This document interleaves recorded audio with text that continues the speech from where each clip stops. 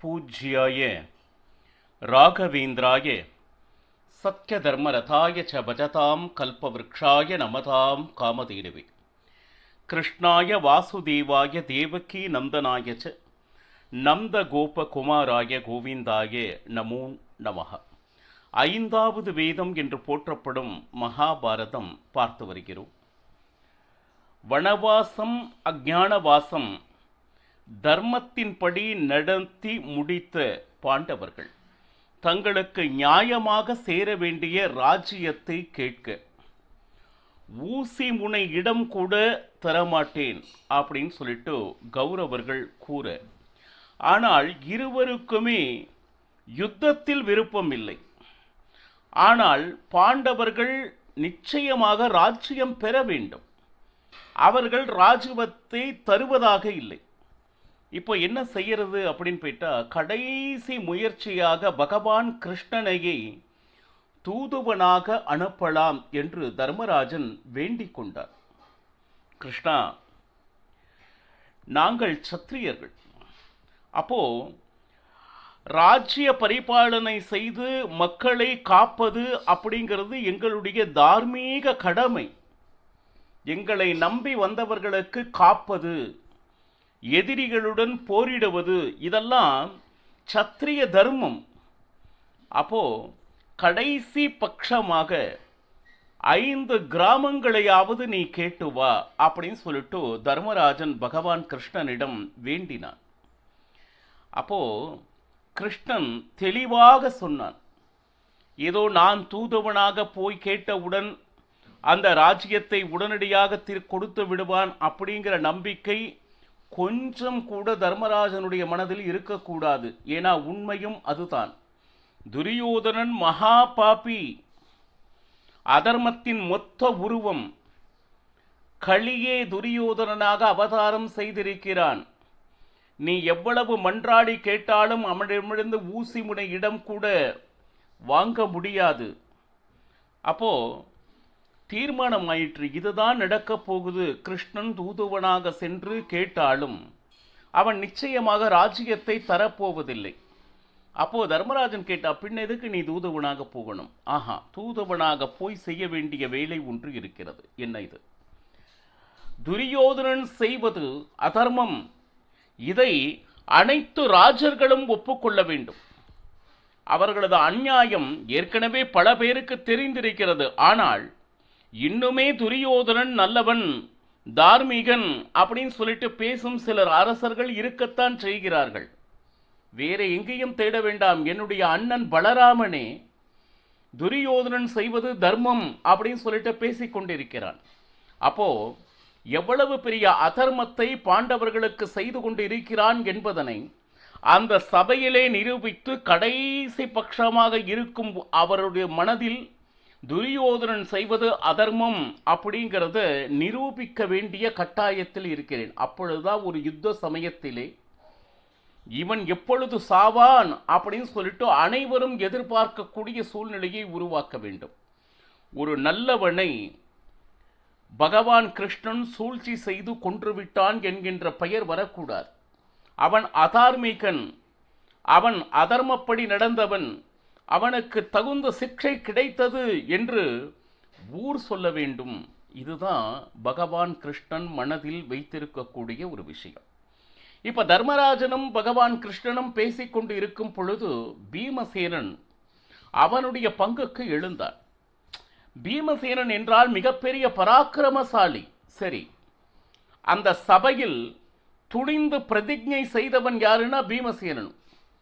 யுத்தத்திற்கு முதலில் ஆயத்தமானவன் யாருன்னா பீமசேனன். தர்மராஜன் தயை அவர்களை மன்னித்து விடலாம் என்கின்ற எண்ணத்தில் அவன் பேசும் பொழுது திரௌபதியும் பீமசேனனும் சேர்ந்து சத்திரிய தர்மம் என்றால் என்ன என்பதனை ஆழ பதித்து யுத்தத்திற்கு சம்மதம் வாங்கியவர் யாருன்னா பீமசேனனும் திரௌபதியும் சேர்ந்துதான் தர்மராஜனுக்கு புத்தி புகட்டினர். இப்பொழுது பீமசேனன் எழுதியிருந்தா ரொம்ப அற்புதமான கருத்துக்களை முன்வைப்பான் என்று பகவான் கிருஷ்ணன் கூர்மையாக கவனித்தால், கிருஷ்ணா, நீ போய் சாந்தியாகவே பேசு அப்படிங்கிறான். யாரு? பீமசேனன். இந்த மாதிரி வார்த்தைகள் தர்மராஜனிடம் வர வேண்டும். அப்போ ஏன்னா வரிசையா சொல்றான், ஒரு யுத்தம் என்றால் நிறைய உயிர்கள் பறிப்போம். அதற்கு காரணமாக நான் இருக்க தயாராக இல்லை. கூடுமானவரை அந்த ராஜ்யம் கொடுப்பதால் அதை வாங்கி கொண்டு வந்து விட, யுத்தம் நமக்கு வேண்டவே வேண்டாம். அந்த பழைய பகை எதுவுமே இல்லை, அந்த பிரதிஜை அனைத்தையும் நாம் மறந்து விடுவோம். இதெல்லாம் பீமசேனன் சொல்கின்ற வார்த்தைகள். இதை கேட்ட உடனே மிகுந்த ஆச்சரியம். ஏன்னா தர்மராஜன் அவனுடைய இயற்கையிலேயே மிருது சுபாவம் உடையவன். அவன் யுத்தம் வேண்டாம், தயை, மன்னிப்பு இதெல்லாம் பேசினா அர்த்தம் இருக்கு. பீமசேனன் இவ்வளவு பராக்கிரமசாலி, யுத்தமே 100 கௌரவர்களை தன் கையால் கொல்லக்கூடிய சக்தி படைத்த பீமசேனன் சாந்தியை பற்றி பேசிக் கொண்டிருக்கிறான். பகவான் கிருஷ்ணன், இது ஆபத்தானது, இது நல்லதல்ல. வீரர்கள் மனதில் தயை புகுந்து அவர்களை மன்னிக்கும் குணம் வந்துவிட்டால் எதிரிகளை அழிக்கின்ற அந்த வீர குணம் என்ன சொல்லுது, மழுங்கிவிடும். அவனை முதலில் சரி செய்ய வேண்டும் என்று நினைத்தான் பகவான் கிருஷ்ணன். அப்போ பகவான் கிருஷ்ணன் சொல்றான் பீமசேனனை பார்த்து, வீர வீர ஆவேசனங்கள்லாம் நிறைய பேர் பேசி இருக்கிறாங்க. பீமசேனா பேசுறவங்க எல்லாம் நடத்தி காமிச்சிருக்காங்களா? சபையில அவ்வளவு பெரிய பிரதிஜை செய்தவன் நீதான். மற்றவங்க எல்லாம் சும்மா இருக்கும் போது தொடையை முறிப்பேன், ரத்தத்தை குடிப்பேன் அப்படின்னு வீர ஆவேச வசனத்தை பேசியவன் நீ. அப்ப யுத்தம் பக்கத்துல வரும்போது உனக்கு ஒரு பயம் ஏற்பட்டுருச்சுன்னு நினைக்கிறேன். அந்த பயத்தினால் சாந்தி வேண்டும் என்று என்னை போய் சொல்கிறாய், இதுதானே? சில பேர் நிறைய நான் அதை செஞ்சிருவேன் இதை செஞ்சிருவேன் அப்படின்னு சொல்லிட்டு வெறும் வார்த்தைக்காக நிறைய விஷயங்கள் சொல்லி கொண்டிருப்பார்கள். ஆனால் அந்த சமயம் வரும் பொழுது அவர்கள் அதை என்ன சொல்லுது, செயல்படுத்துவதில் பின்வாங்குவார்கள். ஆனால் பீமசேனிடமிருந்து இந்த மாதிரி ஒரு காரியத்தை பகவான் கிருஷ்ணன் எதிர்பார்க்கவில்லை. உன்னுடைய பேச்சு எப்படி இருக்கிறது? ஒரு தலை சிறந்த வீரனுடைய பேச்சாக இருக்கிறதா? இல்லையே. நகுவம்சகன், ஒரு ஆணும் அல்லாமல் பெண்ணும் அல்லாமல் இருக்கும் அந்த நகு வம்சகன் பேசுகின்ற பேச்சு போலவா இருக்கிறது? அப்போ கொஞ்சம் நினைச்சு பாருங்க, ஒரு சிம்மம் ஒரு காட்டில் இருந்தால் அது கர்ஜிக்கத்தான் வேண்டும். சும்மா அது கர்ஜிக்காமல் சும்மா இருந்தால் அது சிங்கம் அல்ல, அதன் மேல பல மிருகங்கள் எழுந்து விளையாட ஆரம்பித்து விடும்.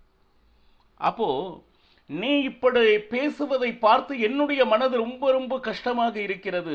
யாரு? பீமசேனன் சொல்றான். ஏன்னா மனிதனுடைய மனசு ஒரு நேரம் போல இன்னொரு நேரம் இருப்பதில்லை பீமசேனா. இன்று ஒன்று நினைக்கிறது, நாளை இன்னொன்றை நினைக்கிறது. மாறி மாறி யோசிக்கக்கூடிய சூழ்நிலை மனிதனுக்கு சுபாவமாக இருக்கிறது. ஆனா நீ வீரன் போல தோன்றி பசு போல பேசிக் கொண்டிருக்கிறாய் அப்படின்னு சொல்ற. இதுதான் ரொம்ப ஆச்சரியம். பர்வதமே அப்படி என்ன சொல்லுது, நடந்து செல்வது போல. பர்வதம் என்னைக்கு நடக்காது. ஆனா பீமசேனன் வாயிலிருந்து இந்த மாதிரி வார்த்தைகளே வராது. இதை சற்றும் எதிர்பார்க்காத பகவான் கிருஷ்ணன் முதலில் அவனை தயார் செய்ய வேண்டும் அப்படின்னு சொல்லிட்டு பாருங்க, யுத்தத்திற்கு அனைவரையும் எழுப்பும் வேலையை பகவான் கிருஷ்ணன் செய்கிறார். நியாயமா பார்த்தா யுத்தம் நடக்க வேண்டும் என்று தீவிரமாக இருப்பவன் பகவான் கிருஷ்ணன். ஏன்னா அதர்மத்தை அழிக்க வேண்டும் என்பதற்காகவே அவதாரம் செய்தவன் பகவான் கிருஷ்ணன். பாண்டவர்களுக்கு நல்லதாக வேண்டும், அதர்மவாதிகளை ஒழிக்க வேண்டும் என்பதே அவனுடைய அவதார நோக்கம். அப்போ யுத்தத்துக்கு தயார் செய்யும்படி பீமசேனனை என்ன சொல்லுது, இந்த மாதிரி பேசிக்கொண்டிருப்பது வீரனுக்கு அழகில்லை, அதுவும் சத்திரிய தர்மத்தை பரிபாலிப்பவனுக்கு இது அழகானதா அப்படின்னு சொல்லிட்டு பீமசேனிடம் கேள்வி கேட்டான்.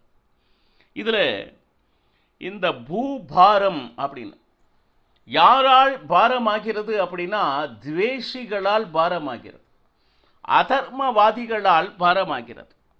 அந்த பாரத்தை குறைக்க வேண்டும். அதுக்கு நிச்சயமாக யுத்தம் நடந்தே ஆக வேண்டும்.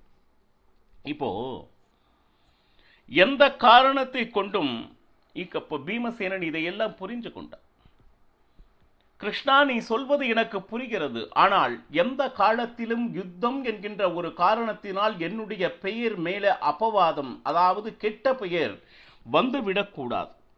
ஏன்னா பரத குலத்திற்கு அப்படின்னு ஒரு மிகப்பெரிய பெயர் இருக்கிறது. ஆனால் அந்த பரத குலத்தையே நாசம் செய்தவன் பீமசேனன் என்கின்ற வார்த்தை எந்த காலத்திலும் வந்துவிடக்கூடாது என்ற ஒரு பயம். அது மட்டுமல்ல, இது யுத்தம் என்பது பீமசேனனுடைய இச்சை என்கின்ற வார்த்தை வெளியே வருவதை விட இது பகவானுடைய ஆக்ஞையால் நடந்தது அப்படிங்கிற ஒரு விஷயத்தை தான் நான் எதிர்பார்த்து கொண்டிருக்கேன். இப்போ எனக்கு ஒரு தீமை நடந்து விட்டது, அது தானாக நான் எதிர்கொண்டு பழிக்கு பழி என்கின்ற ஒரு காரியத்தை நான் செய்தால் அதற்கு உண்டான முழுமையான பாபம் எனக்கு மட்டும் தனியாக வந்து சேரும்.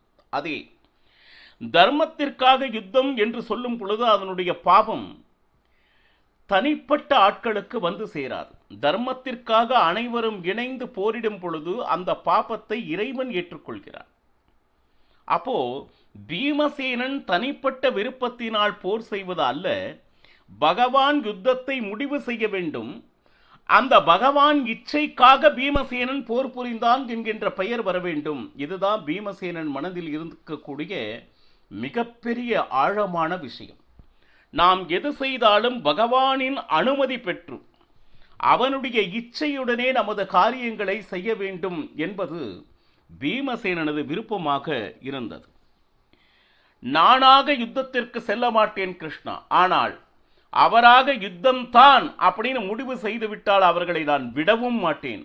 இது இப்போ அப்போதான் கிருஷ்ணனுக்கு கொஞ்சம் தெம்பு வந்தது. ஏன்னா தன் நிலையிலிருந்து அவன் பேசிய பேச்சிலிருந்து யுத்தத்திற்கு தயாராகி கொண்டிருக்கிறான் அப்படின்னு சொல்லிட்டு பகவான் கிருஷ்ணனுக்கு கொஞ்சம் சந்தோஷமாச்சு.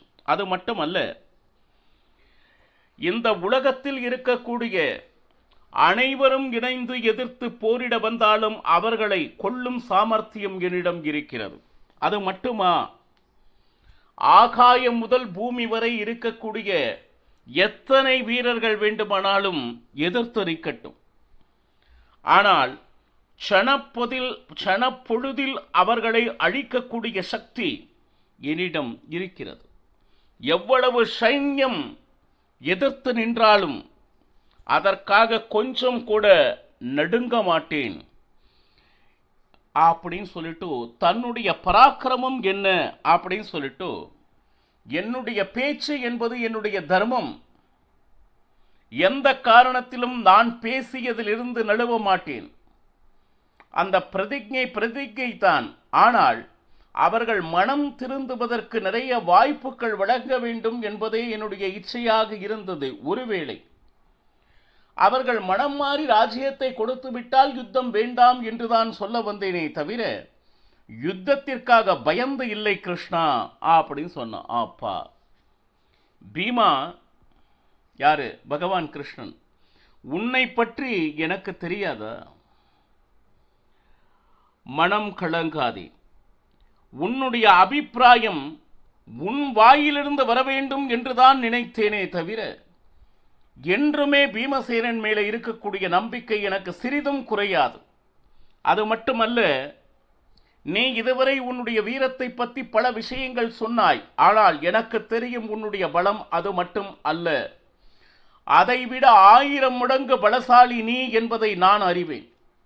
சாமானிய யுத்தம், அந்த யுத்தத்தில் 11 அக்ஷௌணி சைன்யம் எதிராக வந்து ஒருவனாக அந்த பீமசேனனை தாக்கினாலும் அத்தனையையும் துவம்சம் செய்யக்கூடிய சக்தி அவனிடம் உண்டு. அது மட்டுமல்ல, இது போல 1000 சைன்யங்களை கொண்டு வந்து நிறுத்தினாலும் அதை முழுவதுமாக அழிக்கக்கூடிய வீரம் யாரிடம் இருக்கு? பீமசேனிடம் இருக்கு என்பதனை நான் அறிவேன். அது மட்டுமல்ல, உன் மேலே எந்த விதமான தப்பும் வராது. ஏன் கேட்டீங்கன்னா, நீனாக யுத்தம் செய்தால் அந்த தப்பு என்மேல் வந்துவிடும், அதனால் பாபம் வரும், அப்படியெல்லாம் நீ அதை பற்றி கவலைப்படாதே. இது பாண்டவருக்கும் கௌரவருக்கும் நடக்கக்கூடிய யுத்தம் இல்லை, தர்மத்திற்கும் அதர்மத்திற்கும் நடக்கக்கூடிய யுத்தம். கொஞ்சம் நினைச்சு பாருங்க. ஏன்னா இந்த உலகத்துல துரியோதனனை போல மிக ஒரு கொடியவன் இந்த உலகத்தில் வேறு யாராவது இருக்கிறார்களா? இப்பொழுது நாம் அழிக்காமல் விட்டுவிட்டால் அவன் இந்த உலகத்தையே நிர்மூலமாக்கி விடுவான். அதற்காகவே பகவான் அவதாரம் எடுத்து பாண்டவர்களை தயார் செய்து சும்மா பாண்டவர்களை முன்னிறுத்தினானே தவிர அந்த யுத்தத்தில் அனைவரது உயிரையும் முதலில் எடுத்தவன் யாருன்னா பகவான் கிருஷ்ணனே. மேலும் என்ன என்ன சுவாரஸ்யமான விஷயங்கள் நடந்தது என்பதனை நாளையும் பருகலாம். சர்வம் ஸ்ரீ கிருஷ்ணார்ப்பணமஸ்து. ஹரே ஸ்ரீனிவாசா.